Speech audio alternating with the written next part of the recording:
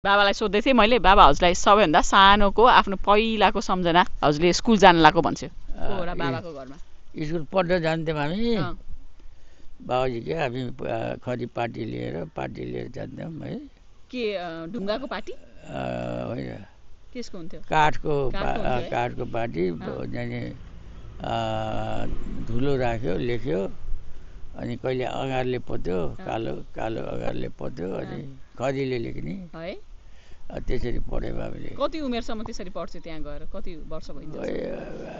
10-12 वर्ष अनि त्यसपछि त्यसपछि त 15-16 वर्षतिर पाठशाला पढियो ए पाठशाला है त्यही पहाडमै? पहाडमै महिनाको 1 रुपियाँ तिरेर महिनाको 1 रुपियाँ कुन ठाउँ यो दार्जिलिङ मराङ हो कि दार्जिलिङ मराङ ए भनेपछि हजुर ए अनि हजुर र तीनटा भाइहरू सँगै गइसक्यो कि हजुर मात्र गइसक्यो? भाइहरू त पछि हो भाइहरू पढ्दा त स्कुल खोलिसकेको थियो गाउँमै है महिनाको 1 रुपियाँ तिरेर उनीहरू छोड्दा त गाउँले हामीले सबैले राखेको स्कुल भाइहरू त्यही भएर त्यही पढेका हुन्। अनि त्यसपछि भनेपछि स्कुल सकियो 15-16 वर्षमा अनि त्यसपछि कता गइस् त के गर्छ त्यसपछि के गर्छौ? स्कुल पढाइसकेपछि कतातिर लाग्यो? अब जे काम पर्छ त्यही काममा हिँड्ने हो क्या भनेपछि उता असमतिर जाने सिलसिला त्यही बेलामा मिलायो त? आसाम त त्यहाँ 2-3 मान्छे जाने आउने अरे क्या जाम भनेर त्यसै रहरले गएको 8-10 महिना जति बसेँ। हजुर कति उमेरको भइसन्थ्यो असम जाँदाखेरि?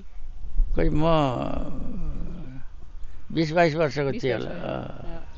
रमाइलो लागेन त्यहाँ असममा रमाइलो थियो चिया टिप्न जान्थ्यो हामी त्यो चिया बगानमा लट्ठी लिएर हिँड्ने हो युनिफर्म थियो कि थिएन? लुगा लाउनु पर्थ्यो युनिफर्म खाइका कपडा दिन्थ्यो। अनि तलब कति थियो महिनाको? 52 रुपियाँ। अनि त्यसले खाना बस्न ओर्न पुग्थ्यो? सस्तो थियो नि त 1 रुपियाँमा रासन किन्ने हो कति 7 किलो रासन दिन्थ्यो 1 रुपियाँमा। भनेपछि अलिकति पैसा बचाएर पनि लिएर आइसक्यो होला? अलि अनि त्यसपछि कहाँ गइस् त नि असमपछि? कता गयो याद छ यहाँ यता यो हाम्रो के अरे चितवन झरेको कति कुन वर्ष जतितिर झर्स्यो? 18 सालमा। 18 सालमा है पहिला चितवनमा आएर बसेको ठाउँ कहाँ अरे? जगतपुर हो कि कहाँ अरे बा? सहपुरमा पारी रापती पारी के रे ठाउँ? सहपुर हामीले किनेका हौँ त्यहाँ हामी 4 जनाले 25 बिघा जिम्मेदारी जग्गा किनेर त्यही गएर बस्यो 1 वर्ष। 4 जना भन्नाले 4 जना दाजुभाइ मिलेर होइन अरू मान्छे?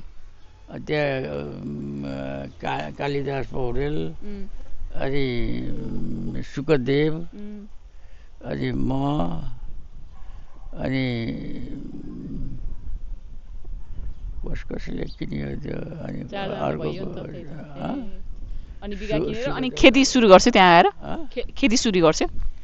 खेती सुरु गर्यो गोरु 2 हल गोरु किनेर अनि त्यो गोरु 2 हल जोत्ने मान्छे खोजेर ल्याएर अनि बर्खाभरि त्यही 2 हल गोरुले काम गरेको जब जजुवा लेखाएर जब 50 मुठी धान भयो थिएँ।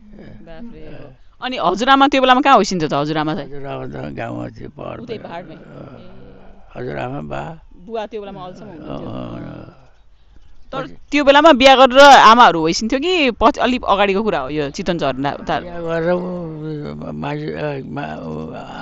हजुरआमालाई लिएर आएको भन्छ। अनि त्यहीँ आएर मम्मी जन्मिस्या आउने होइन? मम्मी जन्मे 19 साल अनि 19 सालमै पैसा चितवनतिर सरेर अनि मैले यहाँ पनि त्यो पुर्जी बाँडेको थियो त्यो पुर्जी चाहिँ केशर बाबा